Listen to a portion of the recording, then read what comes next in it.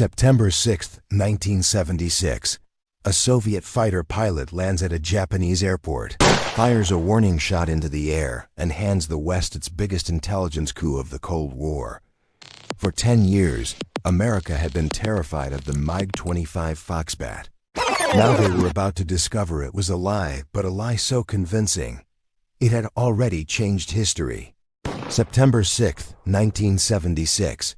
Air traffic controllers in Hakodate, Japan see a ghost. A massive, unidentified fighter jet appears out of the clouds. It's flying dangerously low. It nearly collides with a Boeing 727. It slams onto the runway, pops a drag chute, and skids off the end of the tarmac. Lieutenant Viktor Belenko climbs out of the cockpit. He pulls out a Makarov pistol and fires a warning shot to keep curious Japanese civilians away. But he isn't invading, he's defecting. And the machine he just handed to the West is the MiG-25 Foxbat. Welcome to ShadowWorks.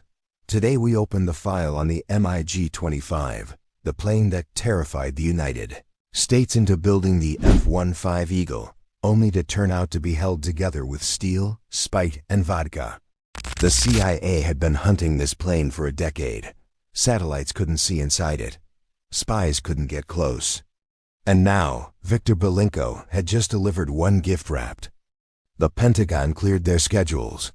Within 48 hours, every intelligence agency in America descended on Hakodate Airport. The Japanese government was caught between superpowers, desperately trying to stay neutral. The Soviets demanded the plane back immediately, threatening diplomatic consequences. The Americans ignored them. They had 67 days before international pressure would force them to comply. The clock was ticking. For 10 years, the West had been terrified of this plane. Israeli radar stations track a MiG-25, screaming over the Sinai at Mach 3.2 faster than any American fighter in existence. Israeli F-4 Phantoms scramble to intercept. They can't even get close. The MiG disappears into Soviet airspace like they're standing still. That's when the panic started. Spy satellites had photographed it from space. It had massive wings, gargantuan air intakes.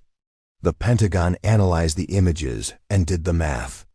They assumed that because it had big wings, it was highly maneuverable. They saw Mach 3 capability and assumed advanced titanium construction. They thought the Soviets had built a super fighter that could outturn and outrun anything in the U.S. inventory.